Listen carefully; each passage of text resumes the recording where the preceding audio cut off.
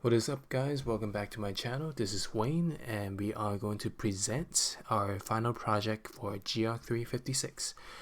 So starting off, this is my model of Flathead Lake from the Rocky Mountain Ranges. I got this data from Open Topography and I downloaded two files. One is a DEM and one is a texture file, a hill shape file. So putting this into Blender, I created a 3D model and slapping on the texture file, just created color gradients for it. Anyways, I exported this in FBX file and I have imported into Unity right here. So just to make it more realistic, I put on a green color scheme, and now this creates a first visualization.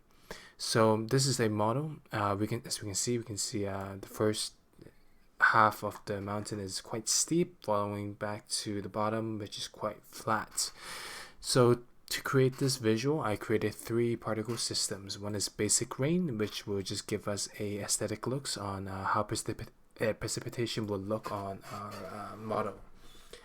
So obviously right now it's just orange, but when I press the play button, it will look just like a realistic rain simulation right here. I even added some audio too. Anyway, back to the model. I also created a runoff.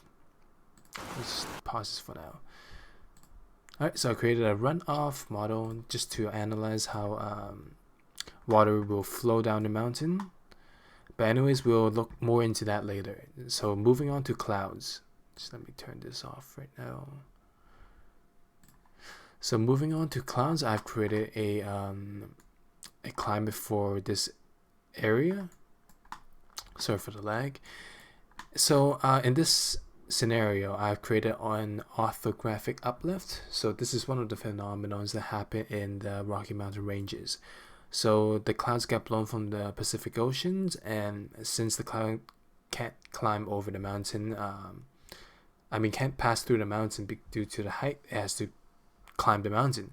So in order to do that, I created a particle system, just make them to look like rainy clouds, and I have made them in a diagonal position.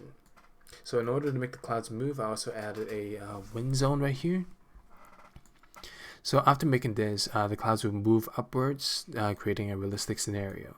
So now we are going to the analysis. Looking to this model, first of all, let me turn this cloud thing off. Alright, so looking to this model, we can see there is a two patches of gradients, vegetation. So one right here and one right here. So with this analysis, I'm going to turn runoff on and I'm going to start playing it.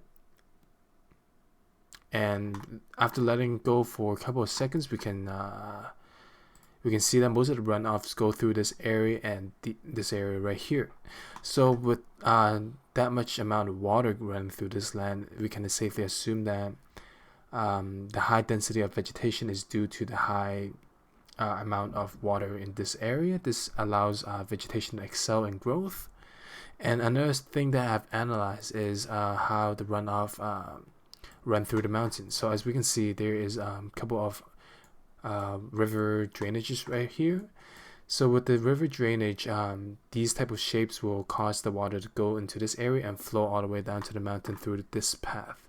So there's 1, 2, 3, 4, around 4 river drainages, and they all converge into I think 1 or 2 larger drainage here, which all ends into the lake at the bottom.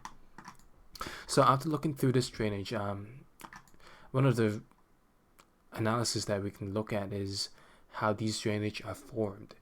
So one of my suggestion is that these drainages are created through soil erosion.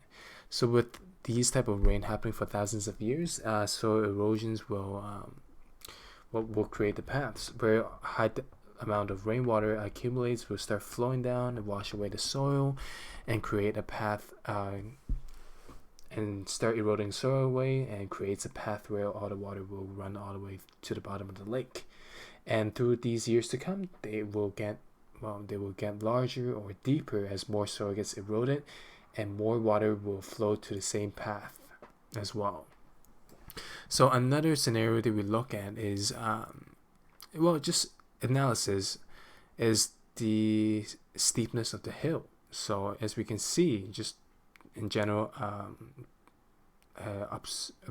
observation, we can see that the hill is relatively steep at the top right here and flat at the bottom right here. And I guess with these water running through here, there's more soil erosion. But other than that, this model is pretty good for identifying natural hazards as well. Since there are soil erosion happening, we can expect landslides or rockfall. But depending on these hazards, we can create various simulations to basically predict what might happen and simulate scenarios just to create solutions or precautions towards these hazards. So I think this is one of the pros for the 3D analysis in GIS. So personally, I believe that GIS will continue developing through the 3D modeling system, since we don't have to go to the actual sites to effectively analyze the landscape itself. We can use LiDAR, and we can create models like this, and we can just create multiple scenarios just for different researchers or different solutions, like creating solutions in the future. So aside from that, this is my presentation, and I hope you enjoyed the video. Alright, and if you like this video, please subscribe and press the like button. Anyways, this is the end of the video, and have a great day. Thank you very much.